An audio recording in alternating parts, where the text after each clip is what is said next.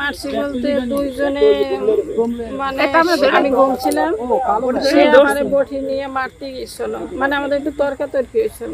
আরে আমার সে আবার ওই প্রতিদিন রাত্রে 4টা-5টা পর্যন্ত অন্য মেয়ের সাথে কথা বলে সারা রাত, প্রত্যেক দিন। তা প্রত্যেক দিনই আমি বলি, তখন প্রত্যেক দিনই মার খাই, বুঝছেন। তা ওদিনকে ওইরকম কথা বলতেছে, পরে একটু কথা কাটাকাটি হয়েছে।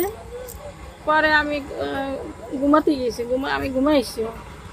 সে করছে কি বটি নিয়ে যায় আমার গলার এইখানে ধরছে।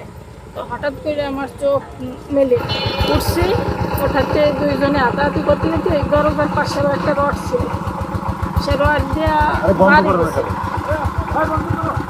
দিয়ে বাড়ি দিছি। আমি এসে আমি বুঝতে পারি না যে এত দূরে তো লাগে যাবে। এই যে মরদেহটা যে বিভিন্ন জায়গায় ফালাইছেন, এটা আসলে কাহিনী নিয়ে ফালাইছেন? একাই ফেলেছি। বডিগুলো টুকরা করছেন কিভাবে? চাকু দিয়ে। চাকু দিয়ে? কোথায় কোথায় ফালাইছেন? এইখানে আর ওই যে নড়িয়া নদীর পাড়ে। মাদার ভাই, আমি একটা পিঁপড়েও মারি নাই, আর এখন আমি কেমনে কি করলাম আমি নিজেই জানি না। কৌশলে বিয়ে করছে, তারপরে এই মহিলা জাল্লাতি করছে আমাকে লাগে, দুর্নীতি করছে, টাকা আত্মসাৎ করছে, তারপর আমার বাবাকে সে হত্যা করছে। তার এটা আমি সুস্থ বিচার। আমার ছেলের যারা হত্যা করছে, আমি আগে বিচার চাই। হ্যাঁ, আমি আগে বিচার চাই। কি অপরাধ আমার ছেলের হত্যা করলো? ওই স্বামী নাকি 2 বিয়ে করছিল, তো ওই ঝরকা বিবাদের কারণে সংসারে তো ওনার মাথায় নাকি আঘাত করছে, ওই যে ওই স্ত্রী ওই স্বামী, তো মাথায় আঘাত করে তারপরে ওনাকে মেরে ফেলছে। তারপর বুঝতে পারে এই জায়গায় কিছু ফেলাইছে, আরেক জায়গায় কিছু ফেলাইছে। ঈদ আসবে, সাথে ক্যাশব্যাকও আসবে। নিজের বা প্রিয়জনের জন্য কেনাকাটায় এবারও নগদ পেমেন্টে পাচ্ছেন দারুণ ক্যাশব্যাক। তাই যাই কিনুন, পেমেন্ট করুন নগদে। ও হচ্ছে আমার কাজিন, আমার একই বংশ। ও হচ্ছে আমার বড় ভাই, ও বিদেশে থাকতো, তো বিদেশ থেকে আসছে। ও হয়তো এখন যে ওয়াইফ ওরে হয়তো বা কি রিলেশনশিপ করে বিয়ে করছে। দেন ও আসার পরে হয়তো ওরে নিয়ে আলাদা একটা রুমে থাকতো, আমার ভাড়া নিয়ে থাকতো। আমি আধা ঘন্টা আগে নিউজ পেলাম যে ওরে মাইরা ফেলাইছে, মাইরা ড্রামে ভরে এখানে এসে ফেলাই দিছে। সৈয়দপুর মডেল থানার যারা আছেন ভারপ্রাপ্ত, এরা সুস্থ তদন্ত করে এবং সুস্থভাবে যেন আমরা সঠিক বিচার এটা পাই, এটা আমাদের সাধারণ জনগণের এবং আমার মনের ব্যক্ততা, আমি এটা প্রকাশ করলাম। চন্দ্রপুর বাড়া থাকতো, সেই বাসায় আমরা আবার পরবর্তীতে গেলাম, যায় দেখি ওনে কিছু রক্ত গন্ধ ছন্দ হয়ে গেছে গা।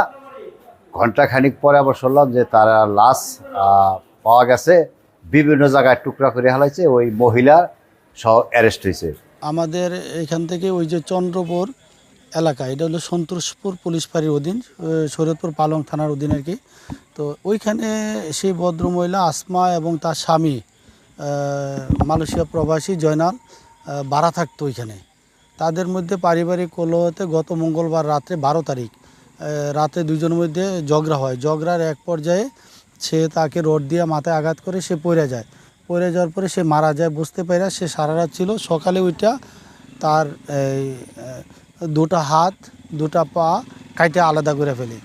পরবর্তী এক পর্যায়ে সে তার নিজের বুদ্ধিতে, তার বক্তব্য যেটা, সে বাসায় একটা ড্রাম ছিল, ড্রামের মধ্যে তার শরীরে পুরা মাংসগুলা নিয়ে নিছে, মানুষের আতজুরি সহ সবগুলা ড্রামে নিছে।